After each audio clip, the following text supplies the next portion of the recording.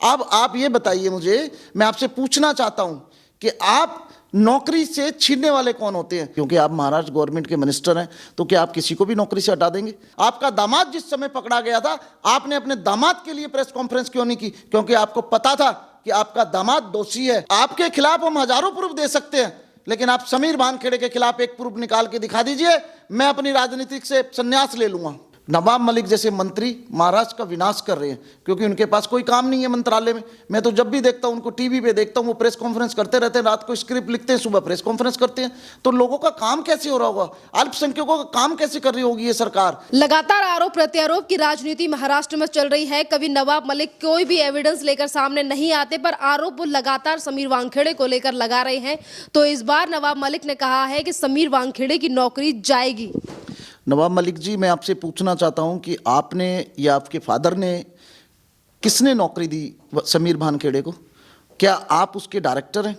आप उसकी नौकरी छीन लेंगे? ये गवर्नमेंट का काम है। अगर आरोपी पाया जाता है तो तब आदमी को नौकरी से सस्पेंड कर सकते हैं, और आपके कहने से नहीं। क्योंकि आप महाराष्ट्र गवर्नमेंट के मिनिस्टर हैं, तो क्या आप किसी को भी नौकरी से हटा देंगे? समीर वानखेड़े ने आपके दामाद को आरोप साबित होने के साथ तक कोर्ट का फैसला नहीं आता, तब तक वो दोषी तो रहेगा, क्योंकि एफआईआर दर्ज हुई, 8 महीने जेल में रह के आया है।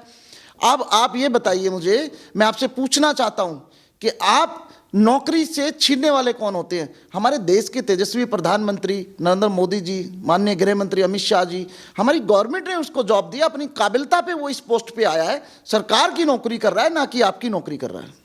अब जिस तरीके से लगातार आरोप प्रत्यारोप की राजनीति तो महाराष्ट्र में हो रही है, और नवाब मलिक की बेटी की तरफ से भी एक दूसरे को लेकर आरोप प्रत्यारोप की राजनीति हो रही है। आप किसी पे भी आरोप लगा के बैठ जाते हैं। मुझे तो ये लगता है कि रात को आप पूरी फिल्म की स्क्रिप्ट लिखते हो, और सुबह बस रात को सोचते हो कि मुझे किस चैनल पे आना चाहिए, किस चैनल पे आना चाहिए, और सुबह मीडिया बुला करके आप अपना एक पटाखा छोड़ देते हो। मैं आपसे पूछना चाहता हूं कि 1 महीना हो गया आपको आरोप प्रत्यारोप लगाते हुए। कभी आप समीर वानखेड़े पे लगाते हैं, कभी आप फर्नांडिस पे लगाते हैं, कभी उनकी वाइफ पे लगाते हैं, और आपकी बहू या बेटी भी आजकल आरोप लगा रहे हैं। तो क्या पूरी फैमिली ने एक भी आरोप किसी पे साबित अभी तक आप नहीं कर पाए? तो मैं ये भी कहना चाहता हूं मीडिया के साथियों से कि इसको ज़्यादा हाईलाइट ना करें। ये सिर्फ पब्लिसिटी लेने के लिए और उसके लिए काम कर रहा है। बाकी जो समीर वानखेड़े ने काम किया है उसका पूरा देश समर्थन करता है, पूरे नौजवान समर्थन करते हैं, क्योंकि समीर वानखेड़े ने जो नौजवान नशे के अंदर जा रहे थे उनको बचाने का काम किया है। और अभी मैं आपको उदाहरण देता हूं नवाब मलिक जी, 1500 किलो पकड़ी है, चर्स गांजा नशे की सामान पकड़ा है। आप आरोप लगा रहे थे कि समीर वानखेड़े सिर्फ बॉलीवुड के पीछे लगा है, तो समीर वानखेड़े ऐसा नहीं है। जहां पे भी देश के विरुद्ध काम होगा वहां पर उनकी ड्यूटी है कि रेड डालेंगे और देश के नौजवानों को नशे मुक्त करेंगे। नवाब मलिक के साथ साथ नवाब मलिक की बेटी जिस तरीके से आरोप प्रत्यारोप लगा रही है, बात साफ है, क्या नवाब मलिक का पूरा जो परिवार है वो समीर वानखेड़े के पीछे लग गया है? और वजह क्या है इसके पीछे कि पूरा परिवार ही एक ऑफिसर के पीछे है? देखिए, मैं पूछना चाहता हूँ नवाब मलिक जी, आप भंगार का काम करते थे, आपकी कबाड़े की दुकान थी, आप किताबें बेचा करते थे, और आपकी वो फोटो मेरे पास आज भी है। और मैं पूछना चाहता हूं कि आपकी करोड़ों की प्रॉपर्टी कहां से बनी? क्या एक एमएलए को, एक मंत्री को इतना पैसा मिलता है कि अरबों खरबों रुपए की प्रॉपर्टी वो बना सके? क्या इतना पैसा आप पे कहां से आया? कितने वक्फ बोर्ड की जमीन आपने खाई? कितने वक्फ बोर्ड के घोटाले आपके खुल के सामने आ रहे हैं? मुझे बता दीजिए कि आपने पूरे महाराष्ट्र को बेच के खा गए। क्या आपके खिलाफ हम हजारों प्रूफ दे सकते हैं, लेकिन आप समीर वानखेड़े के खिलाफ एक प्रूफ निकाल के दिखा दीजिए, मैं अपनी राजनीति से संन्यास ले लूंगा। इसी बीच नवाब मलिक दुबई गए हैं और कह रहे हैं कि मैं दुबई जा रहा हूं, अपनी आंखें मेरे ऊपर रखिए। देखिए, नवाब मलिक साहब दुबई गए हैं क्योंकि उनका दुबई घर है, और दुबई में उनका क्या है कि मतलब मैंने पहले भी अपनी सरकार को बोला है और कि दुबई में, लंदन में, हर जगह इनके कॉन्टैक्ट है, इनके बहुत पैसा लगा हुआ है। हमारी सरकार को इनके ऊपर सीबीआई की जांच करानी चाहिए, ईडी की जांच करानी चाहिए। और साथ ही साथ मुझे एक बहुत बड़ा खतरा नजर आ रहा है इस देश में, और आशंका नजर आ रही है जो गए हैं नवाब मलिक, क्योंकि सबूत साबित नहीं कर पा रहे समीर वानखेड़े पे। दुबई के टूर को लेकर बीजेपी नेता मोहित कंबोज की तरफ से भी कहा गया है कि ये अंडरवर्ल्ड के डॉन से मिलने गए हैं, अंडरवर्ल्ड के साथ संबंध है नवाब मलिक के। बीजेपी के नेता इस तरीके से आरोप लगा रहे हैं नवाब मलिक के ऊपर। बिल्कुल संबंध है। ये तो शुरू से हम लोग कह रहे हैं कि इनके दुबई में मकान है, घर है, इनके दुबई में कॉन्टैक्ट है और अंडरवर्ल्ड से इनके बहुत ज़्यादा संबंध है। और इसकी अगर सीबीआई जांच हो, इसकी ईडी जांच हो कि इनकी प्रॉपर्टी कितनी है, तो दूध का दूध और पानी का पानी आ जाएगा। और मुझे सबसे ज़्यादा जो आशंका है, सबसे ज़्यादा जो मुझे शक है, क्योंकि नवाब मलिक समीर भानखेड़े के खिलाफ कोई भी सबूत पेश नहीं कर पाए, उनकी बेटी के खिलाफ, उनके परिवार के खिलाफ, उनकी वाइफ के खिलाफ, उनके फादर के खिलाफ और उनकी कास्टवाद को लेके। शिवसेना के एक नेता का घोटाला निकलकर सामने आया है, जिस तरीके से 100 करोड़ रुपए के घोटाले सरकार अभी भी कर रही है। देखिए, शिवसेना को मुख्यमंत्री को नैतिकता के आधार पर इस्तीफा दे देना चाहिए, लेकिन वो उनको इस बात की भी जरा भी शर्म नहीं है कि मतलब जो है नवाब मलिक ने इतने बड़े आरोप लगाए हैं, उन्होंने नवाब मलिक को नहीं निकाला। अब ये शिवसेना के नेता का घोटाला सामने आ रहा है और इनमें कितने मंत्री ऐसे हैं, मैं नाम नहीं लेना चाहता, जिनके घोटाले खुल करके सामने आएंगे। इनको नैतिकता के आधार पर मुख्यमंत्री उद्धव जी को अपने इस्तीफा दे देना चाहिए। और मैं माननीय राष्ट्रपति जी से अपील करना चाहता हूं कि वहां पर महाराष्ट्र में इनकी सरकार से त्यागपत्र लेकर के एक वहां पर राज्यपाल शासन लगाना चाहिए, जिससे महाराष्ट्र की जनता को सुकून मिल सके, महाराष्ट्र का विकास हो सके, महाराष्ट्र का विकास हो सके। नवाब मलिक जैसे मंत्री महाराष्ट्र का विनाश कर रहे हैं, क्योंकि उनके पास कोई काम नहीं है मंत्रालय में। मैं तो जब भी देखता हूं उनको टीवी पे देखता हूं, वो प्रेस कॉन्फ्रेंस करते रहते हैं, रात को स्क्रिप्ट लिखते हैं, सुबह प्रेस कॉन्फ्रेंस करते हैं।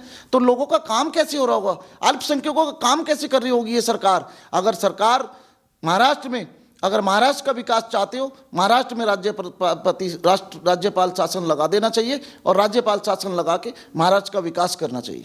एक संवैधानिक पद पर बैठा हुआ मंत्री इस तरीके से रोज बयानबाजी करता है, एक ऑफिसर को लेकर रोज आरोप प्रत्यारोप लगाए जा रहे हैं। उसके बावजूद भी जो पार्टी के चीफ है शरद पवार, वो ये कहते हैं कि नवाब मलिक जो प्रेस कॉन्फ्रेंस रोज कर रहे हैं वो ठीक कर रहे हैं, वो एजेंसियों का असली चेहरा दुनिया के सामने लाकर रख रहे हैं। हम नवाब मलिक के साथ हैं। देखिए, शरद पवार जी एक सुलझे हुए नेता हैं, मैं उनका बड़ा मान सम्मान करता हूं, लेकिन मैं साथ ही साथ उनसे अपील भी करना चाहता हूं कि आप नवाब मलिक का साथ ना दें। नवाब मलिक को आप एक आरोप साबित कर दो ना समीर भानखेड़े पे। शरद पवार जी, आप इतने सुलझे हुए नेता होकर के आप नवाब मलिक के मतलब आपके खुद गृह मंत्री ने कहा कि मुझसे 100 करोड़ रुपया महीना मांगा जा रहा है, मैं कहाँ से ला करके दूं। आपका गृह मंत्री पहले जेल में गया। क्या इतिहास में ऐसा हुआ है? पहला इतिहास है जिसमें महाराष्ट्र का गृह मंत्री रिश्वतखोरी में अंदर जा रहा है, तो वो भी आपका एनसीपी का है। नवाब मलिक भी आपकी एनसीपी का है। मैं आपको हजारों घोटाले जो वक्फ बोर्ड की जमीन के जो कब्जा करके अपने नाम से, अपने बच्चों के नाम से और अपने खानदान के नाम से नवाब मलिक ने किया है, ऐसे हजारों आप डालिए, उनके नाम से मुकदमे निकलेंगे और उनके नाम से प्रॉपर्टियां निकलेंगी। तो मैं ईडी से और शरद पवार जी से गुजारिश करूंगा कि शरद पवार जी, आप बहुत सुलझे हुए नेता हैं, लोग आपकी बड़ी रेस्पेक्ट करते हैं। आपको नवाब मलिक से तुरंत रिजाइन लेके, जो सब हम लोग कह रहे हैं, पूरा हिंदुस्तान कह रहा है कि नवाब मलिक के अंडरवर्ल्ड से संबंध है। मुझे बता दीजिए, एक भंगार का काम करने वाला एकदम रतन टाटा और ऊपर इतना बड़ा कैसे बन गया, उनसे भी ऊपर कैसा बन गया? उसके पास इतनी प्रॉपर्टी कहाँ से आई? एक रद्दी बेचने वाले के पास इतनी प्रॉपर्टी आ गई, रद्दी बेचने वाले के पास इतनी पावर आ गई। मान लिया मिनिस्टर हैं, मान लिया एमएलए हैं, उनको तनख्वाह कितनी मिलती है, उस तनख्वाह का हिसाब दें। तो इतनी प्रॉपर्टी उस तनख्वाह में तो नहीं खरीद सकते। 2 नंबर का काम करते हैं, जरूर करते हैं 2 नंबर का काम। नवाब मलिक की संपत्ति को लेकर आपने सवाल खड़े किए हैं और यही सवाल बीजेपी के कई नेता भी खड़े कर चुके हैं कि आखिरकार नवाब मलिक के पास इतनी संपत्ति कहां से आई। दूसरी तरफ वक्फ बोर्ड का अभी आपने कुछ देर पहले जिक्र किया। पुणे में अभी कुछ दिन पहले ईडी की तरफ से रेड मारी गई थी, जब कहा गया था नवाब मलिक की तरफ से कि अगर ईडी बताकर आती है तो हम स्वागत करेंगे। यही काम अगर एनसीबी अगर महाराष्ट्र में कर रही है, ड्रग्स को लगातार पकड़ रही है, तो फिर क्यों से कार्रवाई नहीं करने दे रहे हैं नवाब मलिक? देखिए, एनसीबी ड्रग का काम कर रही है, नौजवानों को इस राह पे भटका दिया है। और बॉलीवुड के अंदर जितने भी होटल या क्रू जितने भी होते हैं, इसमें ड्रग्स का काम हो रहा है। हमारी नौजवान पीढ़ियां बहुत बर्बाद हो रही हैं। समीर भानखेड़े इसमें बहुत बड़ा रोल अदा कर रही है, नशा मुक्त भारत करना चाहती है। मैं तो गुजारिश करूंगा गृह मंत्री जी से कि हिंदुस्तान में हर जगह ऐसा ऑफिसर होना चाहिए, दिल्ली में भी, पंजाब में भी, हर जगह ऐसा ऑफिसर होना चाहिए जो नशे को कंट्रोल में कर सके और नशों को बंद करा सके, जिससे हमारी नौजवान पीढ़ी, नौजवान साथी, नौजवान महिलाएं, नौजवान बेटियां, बेटे, बच्चे उससे बच सके और उनकी जिंदगी बच सके।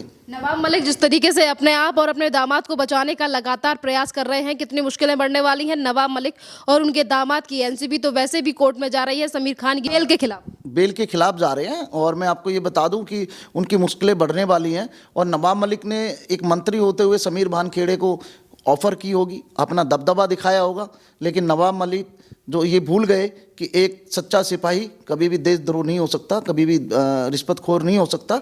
और उन्होंने शाहरुख खान जी के बेटे की आड़ में उनसे अपने, जिस समय उनका दामाद पकड़ा गया उस समय आपने प्रेस कॉन्फ्रेंस क्यों नहीं की नवाब मलिक जी? आपने क्यों नहीं समीर वानखेड़े के खिलाफ कोई कुछ किया? क्योंकि आपका दामाद सबूतों के साथ पकड़ा गया था। आपने शाहरुख खान का सहारा क्यों लिया? उसके बेटे का सहारा क्यों लिया?